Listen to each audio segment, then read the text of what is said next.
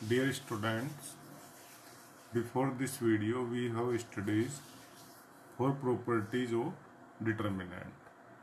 Now the next property of determinant. See here. Property fifth.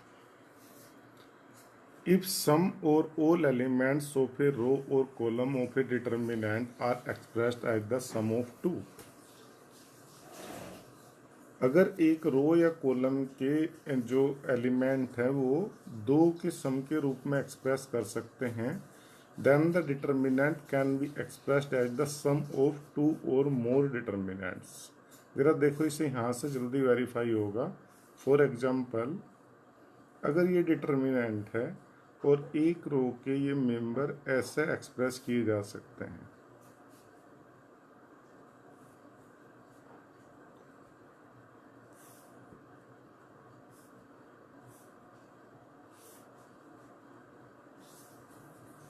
ये determinant है बच्चों।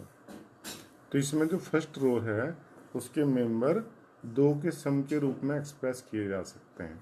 तो हम इसे दो डिटर्मिनेंट की फॉर्म में ऐसे लिख सकते हैं अलग अलग। एक बार a1 के साथ पूरा डिटर्मिनेंट a1 a2 a3 और एक बार plus λ1 λ2 λ3। It means a1 a2 a3 b1 b2 b3 c1 c2 c3 plus second determinant λ1 λ2 λ3 और दूसरे रो as it is c1 c2 c3। तो इस तरह से हम एक डिटर्मिनेंट को दो के सम के रूप में एक्सप्रेस कर सकते हैं। तो ये प्रॉपर्टी भी कहीं कहीं यूज हो जाती है बच्चों। एक और प्रॉपर्टी है property 6। The value of a determinant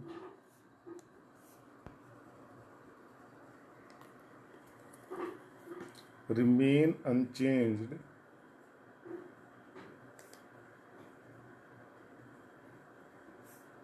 on applying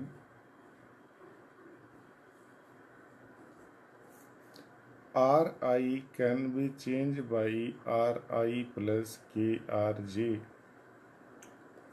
and Ci can be changed by Ci plus Kcj। ये बच्चों वो ऑपरेशंस हैं जो हमने एलिमेंट्री ऑपरेशन मैट्रिसेस के पढ़े थे। तो ये प्रॉपर्टी आप यहाँ पे डिटर्मिनेंट में भी यूज कर सकते हैं और डिटर्मिनेंट की वैल्यू उससे चेंज नहीं होगी। हम डायरेक्टली उन्हें अप्लाई कर सकते हैं और ये बहुत यूज होती हैं बच्चों। तो आप पिछली प्रॉपर्टी 1 2 3 4 5 और 6 इन सबको ध्यान रखेंगे और फिर क्वेश्चंस को सोल्व करने की कोशिश करेंगे। जरा देखिए, आपकी एक्सरसाइज है 4.2। देखो जरा, ये फर्स्ट क्वेश्चन है बच्चों। क्या कहते हैं? Using the property of determinant without expanding from question 1 to question 5 prove that this one. देखिए, जैसे फर्स्ट क्वेश्चन है, हमें इसे प्रूव करना है जीरो और एक्सपेंड नहीं करना है, केवल प्रॉपर्टी के यूज से बताना है। तो जरा फर्स्ट क्वेश्चन देखते हैं। एक्सरसाइज 4.2। देखो बच्चों, क्वेश्चन 1 ऐसा है, ये x y z e b c और x plus a y plus b z plus c, ये आपका डिटर्मिनेंट है। इसे प्रूव करना है जीरो। अगर मैं इसमें ऑपरेशन लगा देता हूँ बच्चों, r1 चेंज c1 लगा देता हूँ। चलो, c1 changes by c1 plus c2।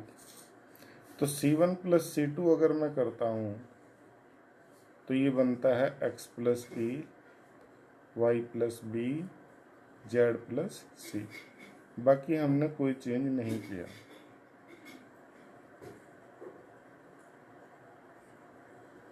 तो अब आप देखिए इस डिटर्मिनेंट की वैल्यू, इसके दो कॉलम सेम हैं, c1 और c3। और मैंने आपको प्रॉपर्टी बताई थी कि अगर दो कॉलम या कोई दो रो अगर आइडेंटिकल हैं तो उसकी वैल्यू जीरो होती है। तो आप कह सकते हैं equal to zero since C1 and C3 are identical। एक प्रॉपर्टी बच्चों और मुझे याद आ रही, इसमें आप बढ़ा सकते हैं, मैं उसे प्रॉपर्टी 7 बोल देता हूं। The value of A determinant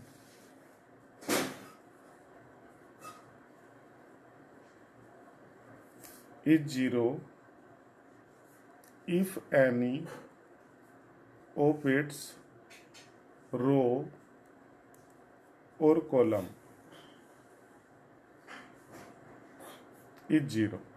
अगर कोई रो या कोई पूरा कॉलम 0 है तो उस डिटर्मिनेंट की वैल्यू भी 0 होगी।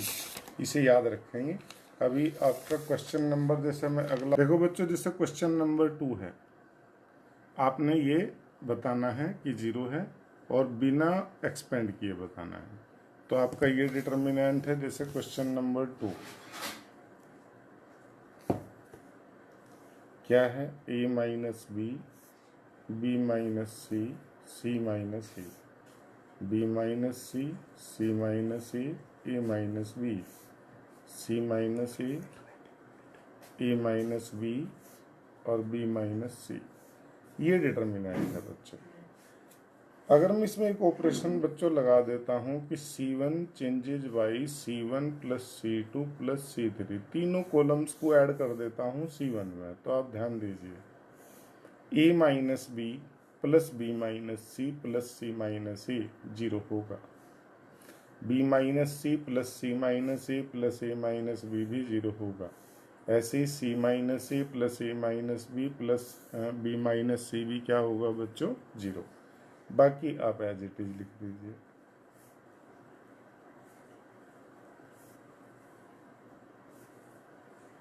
तो इस डिटर्मिनेंट की वैल्यू क्या होगी, चूंकि पूरा कॉलम 0 है फर्स्ट, तो value 0। Since C1 is 0, first column is 0, तो वैल्यू भी क्या होगी, 0। ऐसे ही आप बाकी के क्वेश्चन करेंगे। क्वेश्चन 3 कर सकते हैं, क्वेश्चन 4 ऐसे ही कर सकते हैं। ठीक है, क्या ऑपरेशंस इसमें लगाएंगे आप लोग चेक कर देखना, और कहीं कोई प्रॉब्लम आए तो मुझे बताना। ठीक है बच्चों, जैसे क्वेश्चन 5 है, आपने ये प्रूव करना है कि ये इसके इक्वल होगा दोनों, b plus c q plus r y plus z c plus a r plus b p और z plus x a plus b p plus q x plus y. तो ये आपने किससे, डिटर्मिनेंट की प्रॉपर्टी से ही इसके इक्वल लाना है बिना एक्सपेंड किए।